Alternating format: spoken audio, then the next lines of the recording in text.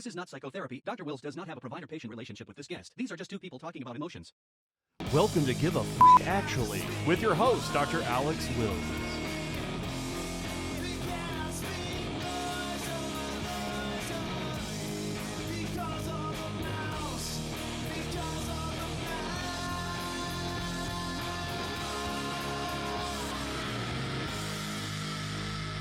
Hey, this is Dr. Alex Wills. I'm here with Travis Stock today. Travis, thanks for being here with us.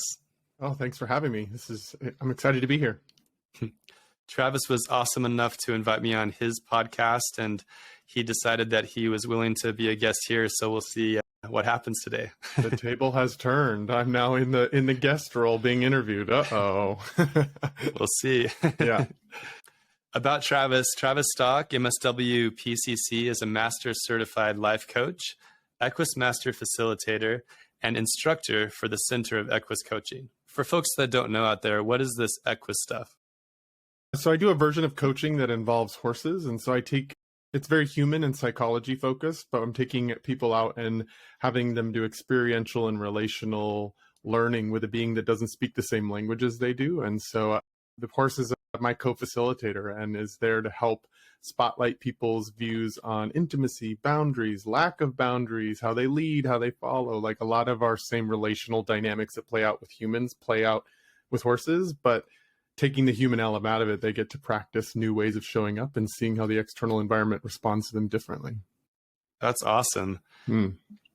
Travis helps others find what creates balance in their lives by first seeking acceptance of what is. He utilizes the Equus experience to connect others with the often forgotten wisdom of the body, allowing for more fully explored and developed choices in their lives.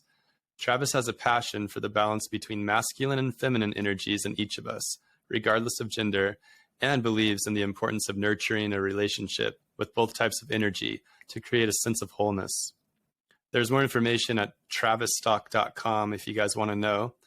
And Travis brings with him interest and experience in the areas of emotions, the LGBT community, transformation of trauma and shame, interpersonal relationships, family systems, men and masculinity, and living open-heartedly. Check him out as the host of the New Masculine podcast. Anything else that you wanted to add to that by way of introduction? Yeah, I think that people should look out for next month in March when I release the episode between you and I, where it's sort of a passion project of mine, the New Masculine podcast. It's all about helping us sort of interrupt the forms of traditional masculinity that are no longer serving us, but finding new things we want to celebrate and new ways that men can show up that are actually really empowering and more sustainable for our world. And so super excited to have you on as a guest, helping me sort of, a consistent theme is always around this emotional life that we all have, but we don't necessarily all as men know how to navigate. And was really grateful to have you on there to help us with sort of the radical emotional acceptance piece, to keep diving into developing more emotional literacy and learning from what our emotions actually have to tell us rather than suppressing them or acting like we don't have them. Yeah, it was a really interesting conversation. I learned a lot from it. So thanks for that. Yeah, me too. So today, any announcements, any new upcoming news for what you're up to or what is on your mind? Well, a lot of my work I do a lot of one-on work, and I work with people of all different gender and gender identities. So I'm not only a coach for men, but I do a lot of one-on-one work with people and also family work or relational work. So romantic relationships, I do some coaching around that kind of stuff. And so all that information can be found at travisstock.com to find out more about me, to explore how to work with me, any of that kind of stuff. I also, as you alluded to I teach for a coach training that teaches the work that I do with horses that I was sharing. And we run 2 cohorts every year. And it's for therapists and coaches. And even if you've never done coaching, but you're interested in supporting people, like we do all of the teaching of the psychology and coaching elements, but also the horsemanship piece. So it's for people that want to take an experiential model and add it to their way of facilitating and supporting others. And so it's my very favorite work to do. I love being able to blend both the teacher, mentor, and the coach role together. So it sort of allows me to feel like I'm firing on all cylinders, which feels really cool. And so You can just find out more about that at equuscoach.com, EQUUS coach.com. And it's just a really fabulous program. And yeah, I'm super excited about it. So would love to have anybody want to work with me or anybody want to learn more about the horse work that I do to go find out more information there. Yeah, I've never done that stuff. It sounds really fascinating. It's really cool. Yeah, I'd never heard of it before I started doing it. I experienced my first time in the client role in 2010 about. It was a gift. It was gifted to me as a birthday present one year. And I was like, I don't know what I'm getting into.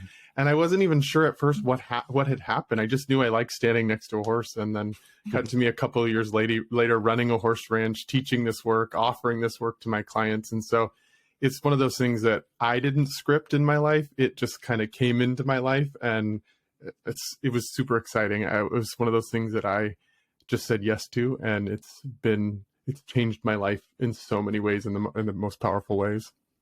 Yeah, I love stuff like that. It's kind of unexpected, but just by experiencing it, you end up finding a little niche for yourself, you know? Mm-hmm. Yeah, and it's so beyond my natural style. I'm a planner. I'm a Taurus. I'm a very stubborn kind of figure it all out and muscle my way through it kind of person. And so to see that sometimes the best things in life come when you're not scripting it, or when you co-create with the universe rather than just trying to force it all the time, was really powerful for me. Right on. Well, on the Give a Fuck podcast, we are looking with curiosity at people's emotions that are sometimes labeled negative or unpleasant, scary, disappointing, sad, or those icky emotions that oftentimes people try to just fix or get rid of or avoid. And instead, we're trying to see if they actually have some value. So you mentioned that you had some thoughts about a situation going on or something that you've been going through recently that you might want to share about? Yeah, well, first, let me just acknowledge that I appreciate the space to do this. It feels like I'm challenging myself a little bit to live in my value system. I think that sometimes coaches and therapists and psychiatrists, we can all kind of limit our presentation to the world based on our profession, and we don't allow the wholeness of our humanity, the places where we struggle. And so it's a soapbox I stand on very often, and this feels like a nice challenge to let me be in the vulnerable spot and to talk about things that I struggle with. And that doesn't always feel easy. It feels like I sometimes need to present as something. I think I learned that really young as a kid. And now I'm learning how to just be a whole human in this world who also has some skill sets that I offer to other people. But I think the topic that comes to mind when I think about maybe some ongoing unresolved feelings that I've had are based in past experiences, but I seem to have been able to work through some things, but get kind of stuck in one of the emotional layers of it from time to time. And so I would say over the last about 6-7 years, I've had what feel like significant relationship ruptures, sort of really close friendships that have fractured due to conflict, without the ability to really put them back together and find a new iteration of them to grow from that conflict. It's been more like boundaries and space. And so I think the places where I've listened in are to places where I have felt misunderstood and taken advantage of or hurt in some way. And I've been able to sort of set boundaries and structure my life in a way that I recognize what behavior is sort of welcome in my space and what's not. But I don't think that really does anything to the part of me that's hurt. I don't think that really resolves that part. And so I wouldn't say that's something that I walk around every single day feeling hurt, but I do notice there's this sort of cyclical pattern of the hurt can return. And I can see where that hurt often puts me in sort of a defensive space when I'm thinking about developing new friendships and trying to take other community and friendships to new and deeper layers. I can notice myself wanting to defend against rather than actually feeling free to do so, I think is how I would say that. Yeah, it's an interesting conflict. And to take a step back, it is a bit counterintuitive what we're doing, because on a lot of podcasts or, stuff that you're doing in front of people, we're usually trying to highlight all the positives, I achieved this and look at how cool I am because of this. And I understand this. And so by kind of going into some vulnerability stuff, it's it's counterintuitive, but at the same time, it's also pretty courageous and strong to be willing to kind of go there. So thanks for being open to that. Yeah, I think that's a practice for me, because I really do value doing that, and I also have a scared little boy in me that's like afraid to do so in front of people. And so, yeah, I appreciate you acknowledging that and flipping that from how I've viewed it a lot of my life, which is that sort of weak. But it's like, how much bravery does that take? How much like strength does it take to be willing to do that? So thanks for giving me permission to look at it that way. Yeah. So you mentioned that emotion of hurt, and I'm curious if you could name any other kind of related emotions without explaining why that kind of come to mind when you put yourself mentally in that place of this sort of relationship pattern or dynamic going on. Along with the hurt comes defensiveness, fear, kind of feelings of failure, maybe a lack of safety. There's also some like resignation, like what's the point? Yeah. Anything else? That's what's coming to me right now. Okay. And I just kind of wanted to point out how it's with a radical emotional acceptance, we try to distinguish between emotions like pure raw emotions and feelings, because when we have a raw root emotion and we add a story to it, then it can become a feeling. And then when those things, when we think of them the same, it's easy to get kind of lost, because then our emotional strength and those pure emotions get wrapped up with meaning. And all of a sudden there becomes evidence that our story, even if it's not true or if it's toxic or maladaptive, might be true just because those emotions are so strong. And so I'm interested, you said a few emotions, like that emotion of that hurt, the pain, fear, and then kind of that feeling of like resignation, maybe just sort of hopelessness, or just kind of like feeling like giving up sort of a thing. And then the other ones, I'm curious about failure, right? Failure is, that's kind of a sort of almost a conclusion, or it's a situation.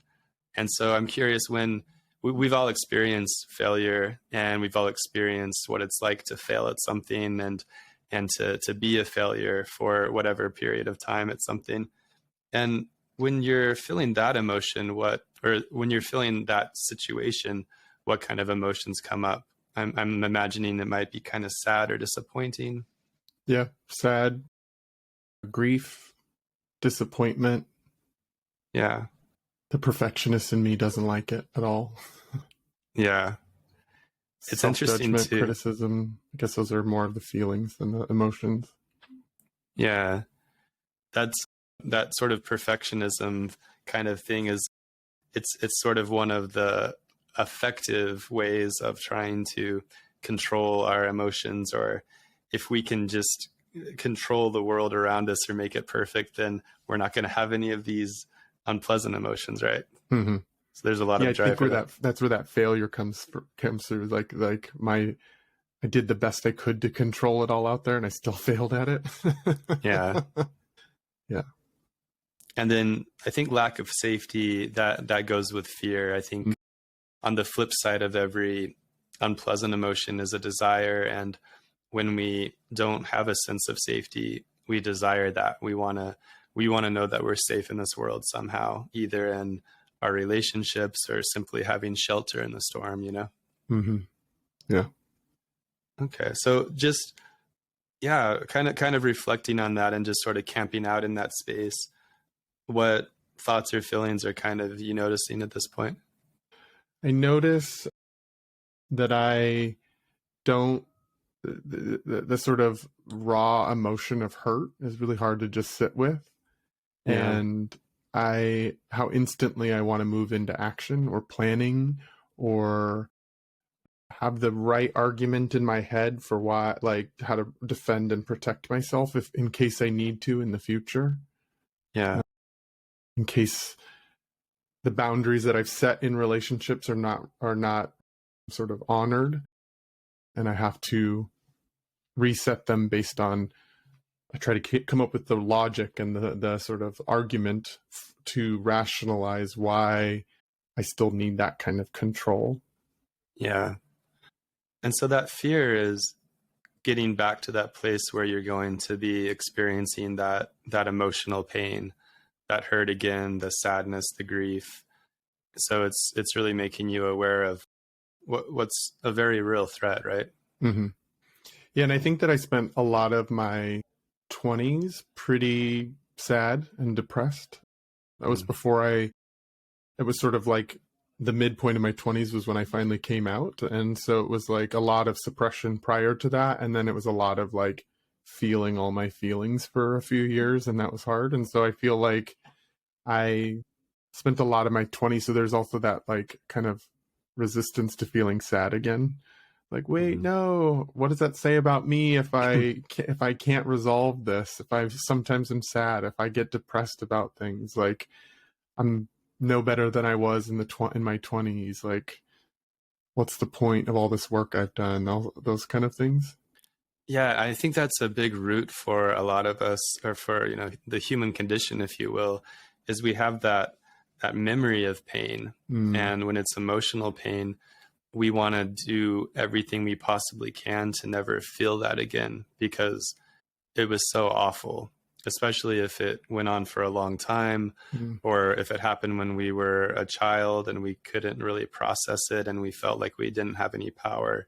So there's a lot of reasons that we have this motivation to try to become perfectionistic and to control things, or whatever way that we try to control the universe, right? Mm-hmm. Yeah. I definitely think that there's a whole element of me trying to guard against feeling that way again. Right. In the book, I use the term emotiophobia as kind of a fun term to talk about the irrational fear of emotions. And I noticed that when there's a lot of fear, for a good reason, fear of hurt, fear of sadness, fear of disappointment, that we are really afraid of those emotions. We're not just afraid that such and such is going to happen, like, oh, I'm going to lose another friend, or this relationship's not going to work out, or I'm going to have this consequence. But I'm afraid that I'm going to get stuck in this emotional state. And it sounds like, you think back to your mid-20s, and there was a long period of time where you're sort of stuck in that, and who would want to go back to that, right? Mm-hmm. Yeah, because it felt like I felt really lost, and I think a consistent thing that I play with is how to stay in the driver's seat of life rather than sort of being pushed into the passenger seat and sort of feeling victimized by experiences. Like, there are true victimizations that happen in the world, but that I can tend towards feeling like it's happening to me rather than like really being able to actively stay participating and engaged. Right. So I'm thinking of kind of your stuckness at this point, and it seems like there's this, and I might be reading into things, and so I'm throwing this out there so you can kind of, clarify for us. But it almost feels like there's this sort of agenda of trying to get over the hurt so that you don't hurt so much, or that you don't have to kind of be stuck with this fear. And if that is the case in some way, I'm wondering, what if we could see, or just pretend that the emotional pain, the hurt, was actually not a problem, that it was a good thing to be aware of, and the fear also was not a problem. And how could those things actually become advantages and assets for you, rather than something that you're kind of having to deal with, Yeah, I like the concept of that. I don't think I found that space to be able to, I mean, like, temporary hurt and stuff I can, but these are sort of things that have been happening over the last 6 or 7 years. And so it does seem like at this point, all I see the benefit of is that it puts me in it keeps me defended so that I don't have to, but I don't necessarily, that's not really aligned with my values to live and defended in the world. Yeah. And to assume that others are harmful or like it's not really in alignment with who I am, my values, and yet sort of it feels like in conflict with my lived experience sometimes. And so, yeah, I'm open to the idea, but I don't necessarily see how they're helping me. I wonder if we reframed it, because those values of wanting, it sounds like you desire to be open-minded and you desire to build trust with people. You desire connection and intimacy that can be sustainable. You know, these are things that most of us want. And at the same time, when it comes to interpersonal relationships, there's a lot at stake. And I think our emotions are particularly powerfully painful, fireball, prickly, because they really, need to get our attention to say like, hey, this is important. Like if this friendship or whatever works out, then, I mean, who doesn't want a new best friend that you can just like, trust and have that asset and that protection in your life? That's such an important thing. And then conversely, the risk of losing that is a pretty big deal too. And so maybe there isn't a problem in the sense that the pain is supposed to be there because there is a lot at stake, and the fear is supposed to be there because there is so much at stake. And you have to be very careful about how quickly you build trust, how much you invest in somebody, how much you risk. And there is always that risk, because you could have a friend for a few years and they could suddenly betray you, because I mean, that's what happens in this world, right? Yeah, I think that the word betrayal lands well with it. Sort of that's what it feels like. And so then it's like feeling guarded against that. And I do think there's sort of like that positive maturation that can happen where you learn to sort of blend your idealism about relationships and the reality of them, and learning to find where those kind of blend rather than being in one too much or one or the other. And I think something that, as you were sharing, that landed well with me that I haven't sat with for very long is how there is a lot at stake. And sort of like you saying that, the sort of giving me permission to acknowledge that, I felt myself sort of settle a little. Yeah. It is so powerful just to be able to validate the reality of an experience or the intensity of emotions. And it's interesting. I wasn't even expecting this myself, but just to reflect back to you, as I was just trying to kind of put myself in your shoes and imagine what it's like to be in that, I found it like very relatable. I'm not even thinking about a specific situation in my own life right now. However, it's a very familiar kind of feeling, because I think where we are most similar is where we deeply feel, and we have those sort of human needs for connection and those fears of not being able to have or maintain those connections, Yeah, I am somebody that feels deeply. And I think belonging is such an important like life journey for me that I have tried to walk and have felt outside of belonging a lot of my life. And so trying to create belonging in the people I surround myself with. And when betrayal happens, or when ruptures happen and there's no real, outside of my efforts, it doesn't feel like a lot of ability to resolve that, make amends, to practice something new, to learn from that. It's like, oh, I'm sitting here on the outside again, once again. That kind of re-brings that feeling up. Yeah. And all I'm sort of like craving is belonging, and yet the opposite is happening in my feeling state. Right. Brene Brown has this analogy of having like a precious little basket of eggs or something, and wanting to connect with somebody, make a new friend or something. And, if you give them the entire basket of eggs and say, here's my eggs, and just kind of hope that they're going to protect them, and then this new person just throws them on the ground and breaks them off and just shatters your soul, it's a very sad, bad thing. And so she shares this idea of just, giving them one egg at a time and watching and seeing how they handle it. And if they can sort of build trust, then maybe give them two. And then over time, time is on your side. You get to maybe, I'm going to take an egg back for a little while. That was a bit too much. But over time, you can sort of have that back and forth. And then it's also not such this extreme kind of idea of being sort of like in a good relationship and then all of a sudden having like a betrayal or a rupture and then suddenly just being completely torn apart. And it can hopefully allow there to be a little bit of like shades of gray so things don't have to be that extreme, Mm-hmm.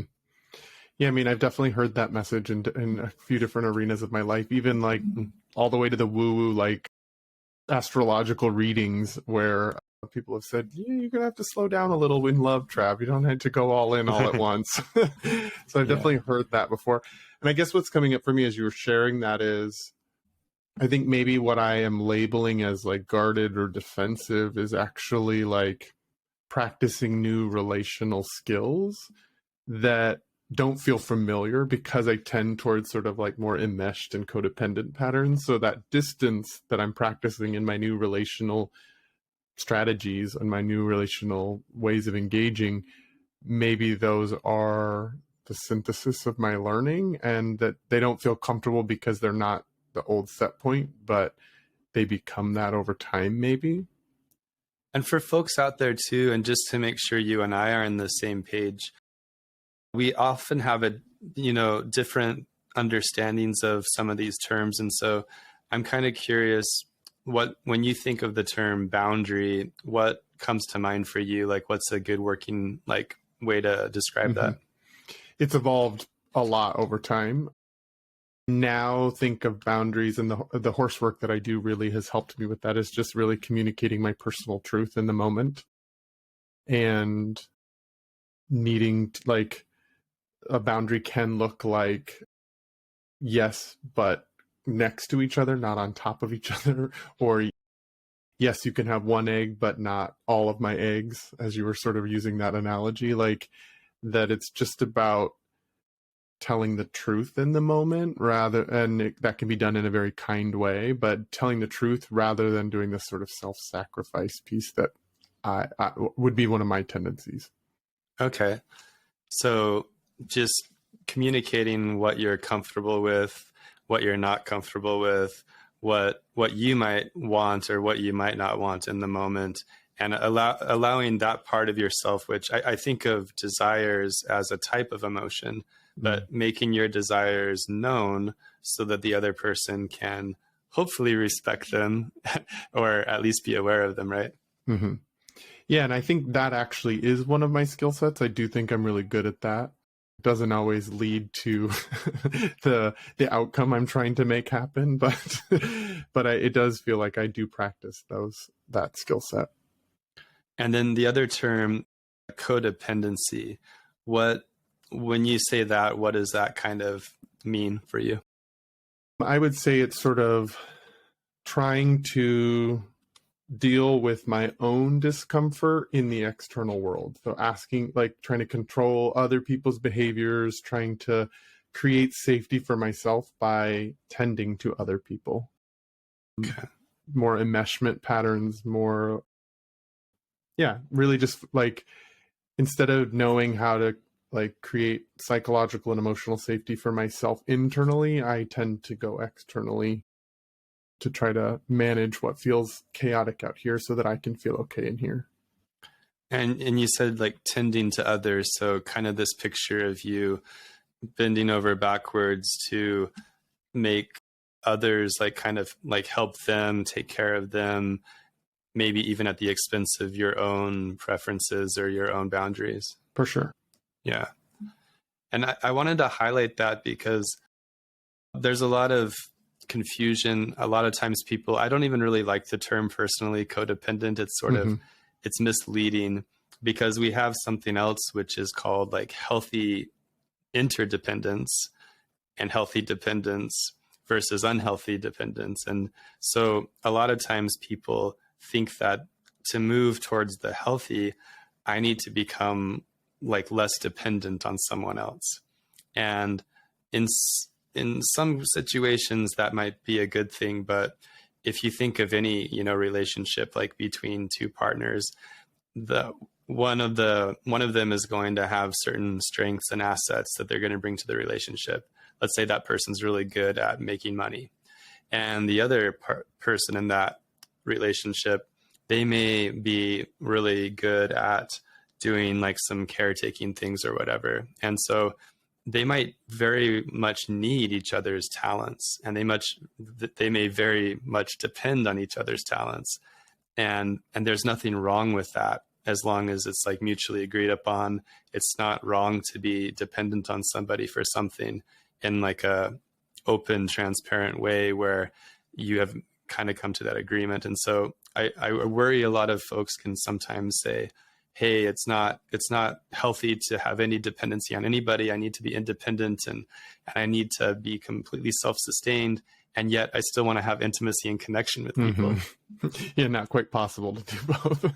Yeah. Yeah, no, I think the way that it's sort of been work that I've done, personal work that I've done, which is, I think of my codependent sort of patterns would be more how becoming enmeshed with somebody, having a hard time differentiating between my feelings and their feelings, feeling over responsible for the relationship, over responsible for how that other person feels.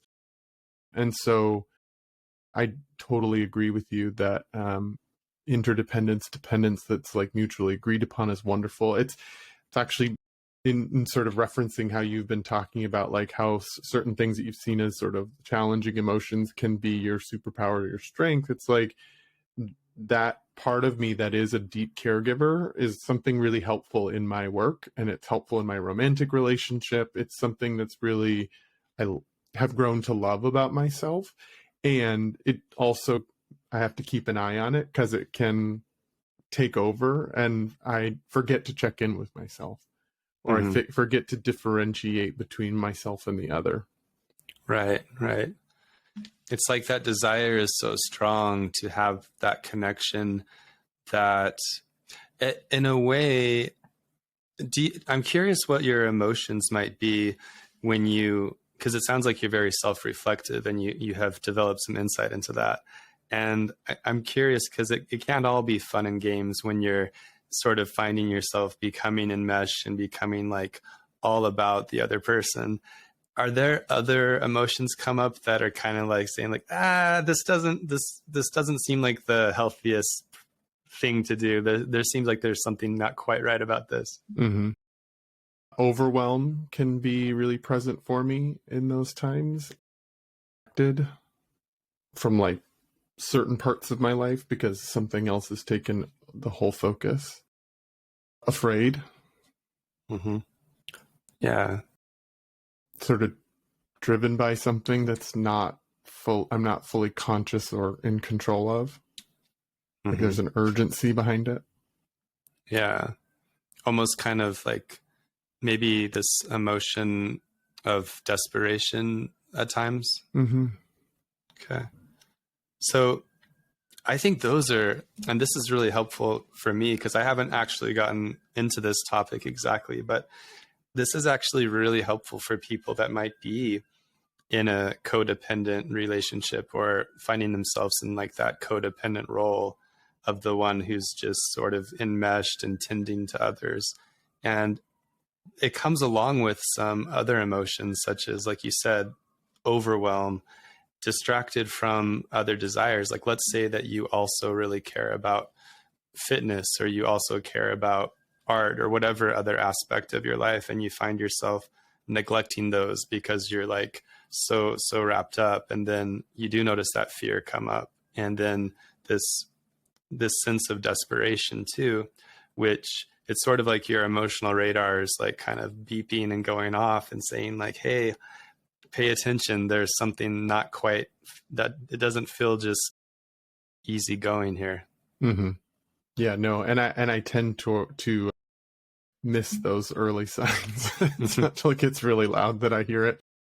I'm way better at it than I used to be, but I'll override and sort of being like, well, that person needs something. And I'll sort of rationalize my way to keep engaged with something, even though my emotional self is like, I guess the flip side of those emotions, the flip side of being overwhelmed is what? Whelmed or just, it's like, I'm not superstitious, but I'm a little stitious sometimes, but not feeling overwhelmed, feeling more peace, just kind of feeling more contentment, not feeling distracted from other desires, feeling like you're in a good centered state so that you can also pursue other things that you like. The fear, again, the purpose of fear is making us aware of things that are potentially going to harm us. And so in that state, what is it that you're afraid of oftentimes, or what can you be afraid of? The consequences of if I don't show up for the other person. So the consequences to the relationship, but also sort of like the consequences in their life, whatever happens to them if they're unable to work through what they're working through. Yeah, so the consequences, and yeah, I think that enough of my relationships know me as the sort of caregiver role, and so if I don't play that, am I valued in some way? Mm-hmm. What value do I bring to the relationship if I'm not offering that? What keeps coming up for me is behavior. The B in CBT for cognitive behavioral therapy is behavior. And one thing that I talk about with my clients is if there are any codependent traits that they've noticed in their own lives, you can get a good list of them. If you want, you can even go on Wikipedia and there's a good little, good summary article about codependency. And you can kind of make a little checklist of the different behaviors and traits and tendencies and patterns that people with this have. And you can basically go down and say, don't do that, don't do that, don't do that, don't do that. And whenever you catch yourself doing that, you just make a note of it. And for all of these issues, if our behavior is in alignment with our emotional radar, what our scary, sad emotions are telling us and what our desires are telling us, and we walk in alignment with that, and we behave as if, not to be fake, but to embody that by our choices and our actions. For example, we might want to take responsibility for our new friend who needs us to coddle them and to protect them from the consequences of their bad behavior. And we look at that and we consciously choose not to. And we consciously choose to not enable them, to not be enmeshed. And we say, hey, I love you, I care about you, and I wish you didn't do that. And those are the consequences, but hey, I'm still here for you. And the more that we give ourselves habitually that experience again and again and again, day after day, of living that out, that sort of becomes the most powerful way to rewire those emotional circuits and to make that sort of our new reality. And I'm curious how that lands for you, if that seems like it applies or not. Yeah, no, it absolutely does. I was thinking as you were sharing, like it one of the sort of ruptured relationships in my life, I think that's the sort of where we last ended, was to just say, like, I'm here for you, but I don't like when you do this. And the hard part for me comes, then I don't have it, then like beyond that, I don't have any control over their reaction or how they respond to that. And it didn't go well. And so it doesn't matter how kind or perfect or supportive or truthful, I still don't have control over how other people respond, react, take in the information.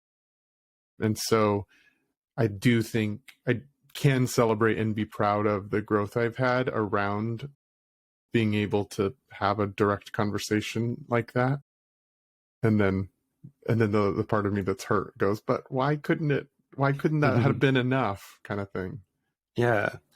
Well, by sharing that with me, it really draws me a lot closer to you because it's so relatable. I couldn't help but think of, I had a really great friend for many years, and not too long ago we kind of stopped hanging out for similar reasons, or just because what my preferences and boundaries and what I was really wanting to do for my life were just kind of not lining up with the choices and the direction that he seemed to be going.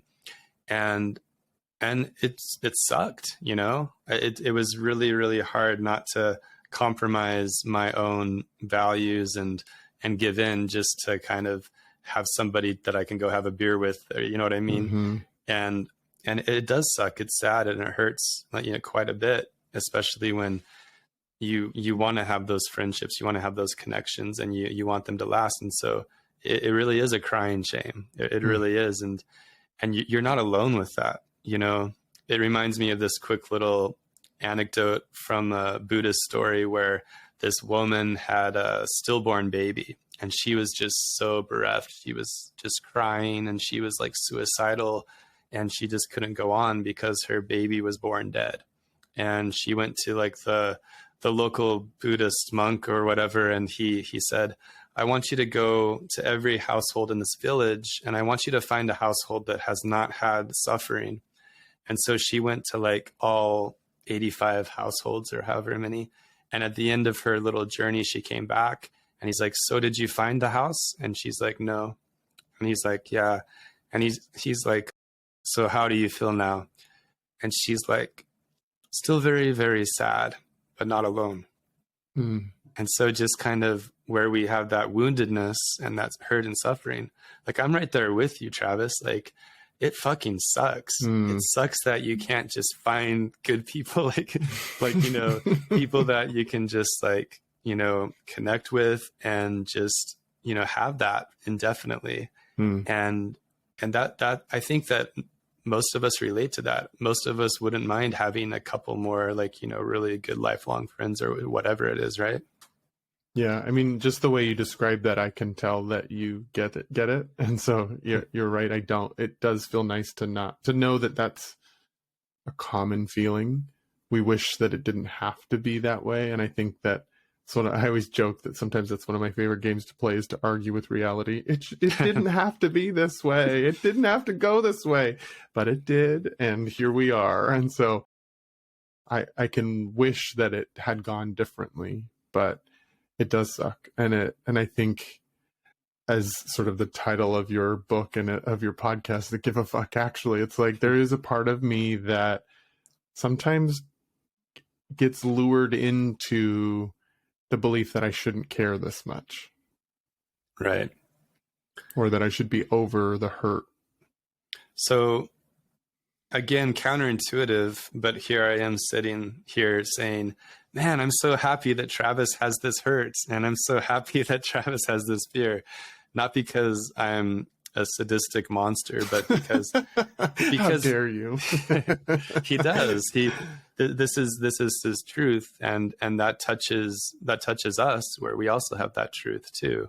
And so it's actually a very beautiful thing that instead of trying to fix it, or, you know, what are the 3 steps that I don't ever have to have emotional pain again? It's like, well, why can't we just celebrate? Like, yeah, it's part of life, but it's such a good part of life, because if those friendships were not so important to us, then they wouldn't hurt so bad when we lose them, which also gives us hope that when we do find that connection, that it is really that valuable. And that's what the intensity of those emotions are telling us, you know?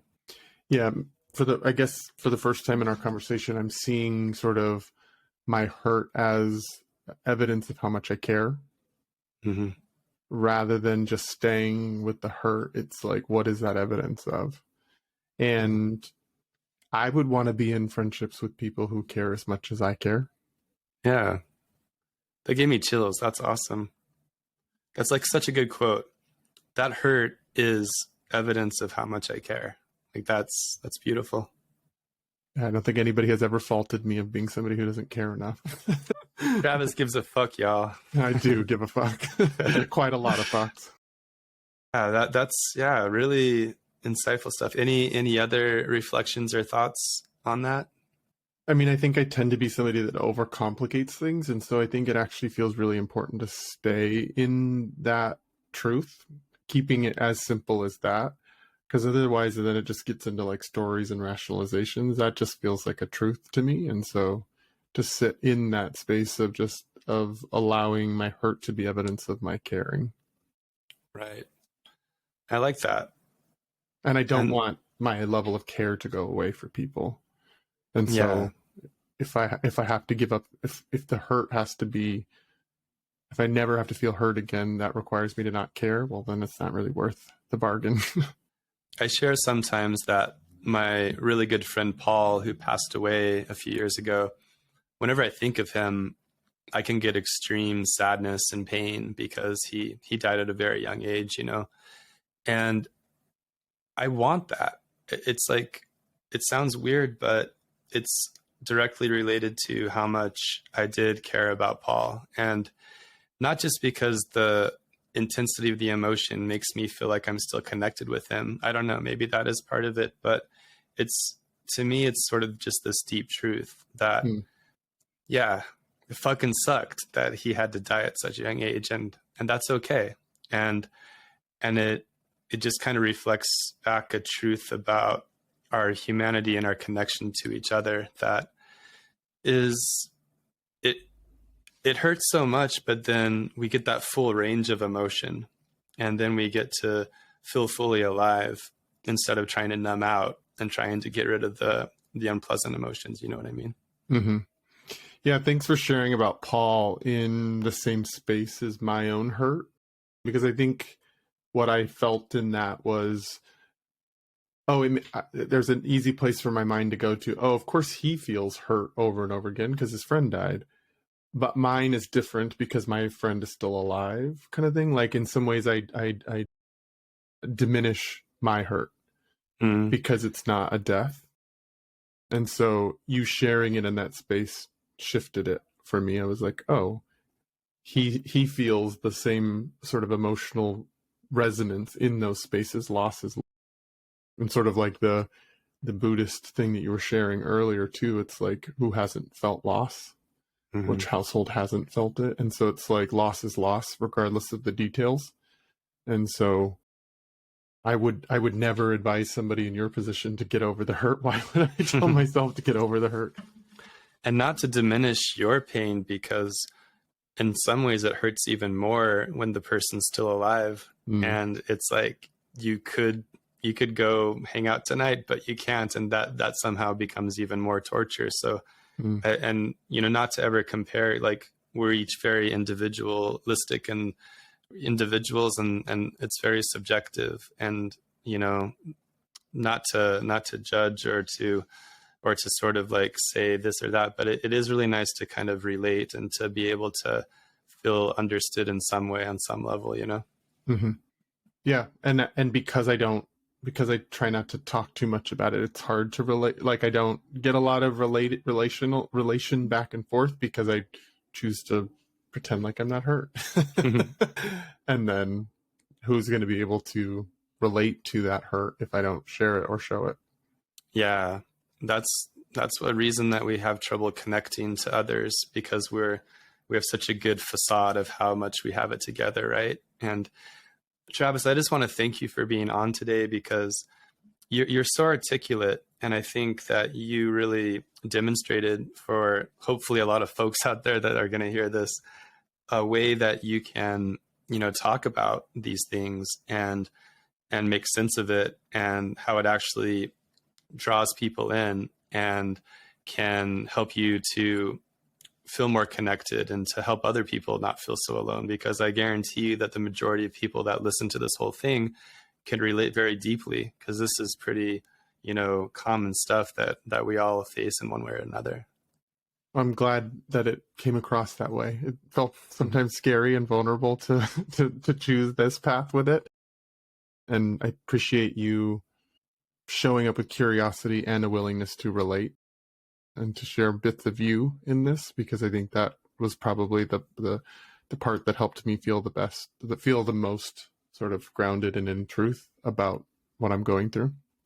Cool. Thank you, man. And before we jump off, anything else that you want the folks to know about?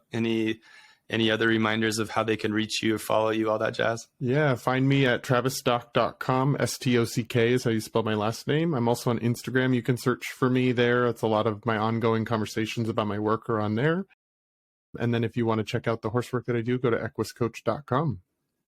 Awesome. Thanks so much for being on. Thanks, Alex. Hey guys, thanks for watching. This is Dr. Alex Wills with Give a F Actually. Make sure to check us out on Apple Podcasts or anywhere you get your podcasts. Thanks for watching. Make sure to check out the merch store. RadicalEmotionalAcceptance.com. Bye. Bye.